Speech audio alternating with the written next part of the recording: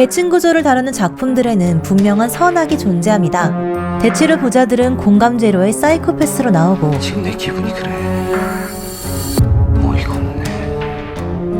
용서가 안 돼. 서민들은 약한 게 죄인 착한 피해자로 나오는데요. 그런데 기생충은 이렇게 쉬운 공식을 적용할 수가 없습니다. 그 검은 상자를 저와 함께 열어보시겠어요, 어머니? 열고 싶습니다, 선생님. 부자들을 비판하는 영화라기엔 연교는 모자란 것까지 사랑스러운 사모님이었죠. 그럼 박 사장은 나쁜 사람이었느냐?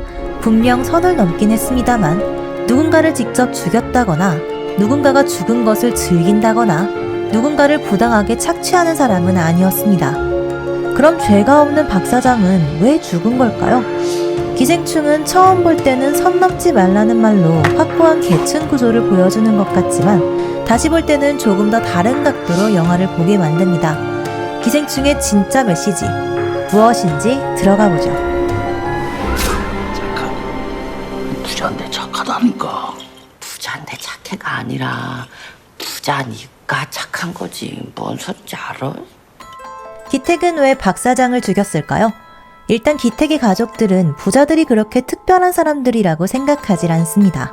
충숙은 돈이 사람의 성격도 결정한다고 생각하는데요. 돈이 많으면 전전긍긍할 일도 없고 모난구석이 생길 일도 적다는 것이죠. 뭐라고? 부자들이 순진한 것은 자본이 베푼 혜택 중에 하나입니다. 이 돈이 다 나한테 있었어 뭐. 나는 더 착하지. 기택의 살해는 전혀 계획되지 않은 충동적인 것이지만 우리는 심정적으로 살해 동기를 이해할 수가 있습니다. 아들, 딸이 모두 피투성이가 되고 아내마저도 성치 못한 아비규환의 삶을 죽어가는 와중에도 리스펙트를 보냈던 근세의 존엄성을 무참히 짓밟혔죠. 인간들은 선 넘지 말라고 으르렁대지만 사실은 선 넘기 너무나 쉬운 세상에 살고 있습니다. 같은 인간이 아니라고 생각해서 선을 넘기도 하고 같은 인간이라고 생각해서 선을 넘기도 하죠. 이들 모두가 넘어버린 선이 뒤엉켜버린 순간 영화는 한날 한시에 모든 계층을 죽여버립니다. 선이란 건 대체 무엇이고 어디에 그어진 걸까요?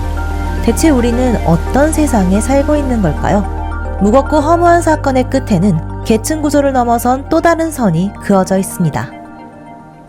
절대 실패하지 않는 계획이 먼저라네. 무계획이야, 무계획. 계획을 하면 반드시 계획대로 안 되거든, 인생이. 인생은 계획대로 흘러가지를 않습니다. 이 법칙은 박 사장에게도 똑같이 주어지는데요. 아들의 생일 파티가 살인 파티가 되고 거기에서 자기가 죽는 계획 따위는 애초에 없었겠죠. 던지라고 그냥! 박 사장의 어이없는 죽음은 부자도 인생을 계획대로 살 수 없다는 복잡한 현실을 꼬집고 있습니다. 이 영화에서 계획이란 단어는 참 중요한데 계획이란 삶의 주도권을 가지려는 생각을 의미합니다. 계층 구조를 소재로 삼은 작품들에서는 부자는 세상을 지배하는 무소불위의 권력자로 나오는데요. 때문에 가난한 주인공은 부자들이 주인인 세상에서 주도권을 뺏어오는 계획을 세우며 싸움을 시작했죠. 하지만 기생충에 나오는 모든 계획은 실패로 귀결됩니다. 박 사장은 물론이고 충숙과 잘 얘기해보려고 했던 문감의 계획도 실패했고 박 사장에게 빌붙으려고 했던 기우의 계획도 결국은 실패했죠. 인물들은 계획을 세워도 모든 상황을 알지 못하고 예측할 수가 없습니다.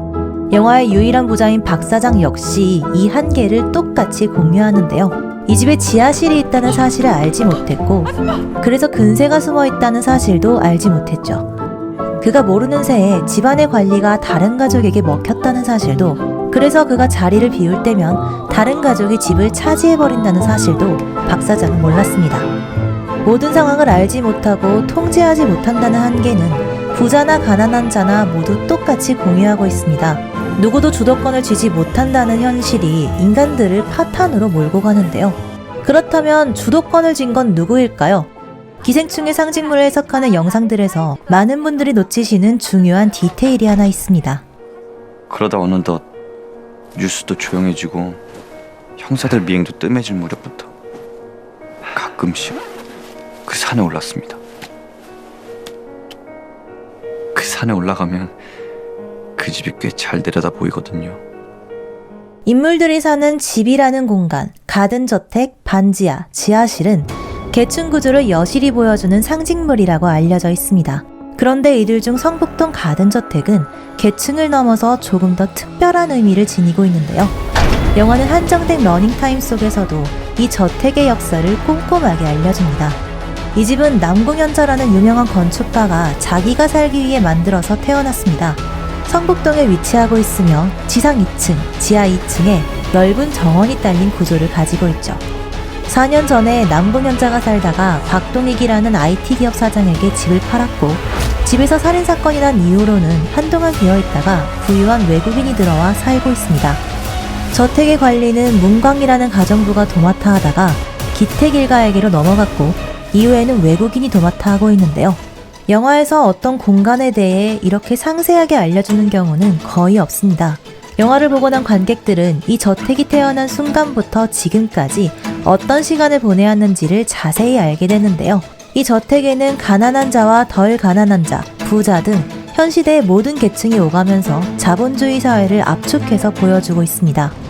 주인이 집을 팔고 살해당하고 주인의 국적이 바뀌어도 저택은 굳건하게 자리를 지킵니다. 계속해서 변하는 것과 변하지 않는 것 속의 대비에는 어떤 힘의 차이가 느껴지기도 하는데요.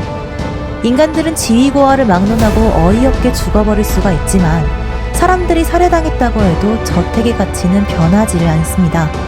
자본주의 사회에서 인간의 인격을 결정하는 것은 자본이고 인간들을 연결하는 벨트도 사실은 자본이며 영원한 욕망의 대상이 되는 것 또한 자본이기 때문인데요. 아버지, 저는 오늘 계획을 세웠습니다. 근본적인 계획입니다. 돈을 벌겠습니다. 아주 많이. 따라서 감독은 박 사장을 죽입니다. 이 집의 주인이 누구인지, 그게 무슨 의미가 있는지는 그렇게 중요한 일이 아니기 때문입니다. 아줌마가 세고 센 세상에는 부자마저도 세고 세버렸기 때문에 자본주의 사회의 주인공은 부자도 인간도 아니라 자본 그 자체라는 것이 중요하기 때문입니다. 돈을 벌면 이 집부터 사겠습니다. 아버지는 그냥 계단만 올라오시면 됩니다. 빈자는 부자의 자본에 빌붙고 부자는 빈자의 노동에 빌붙습니다. 하지만 사실은 우리 모두가 돈이라는 기생충의 숙주가 되었을 뿐입니다. 계층 구조를 넘어서 인간과 돈 사이에 주객이 전도되어 버린 현실을 고발한 영화 기생충 해석이었습니다.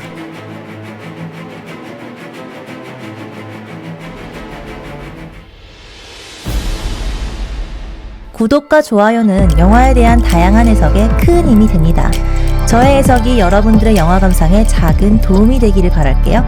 시청해주셔서 감사합니다.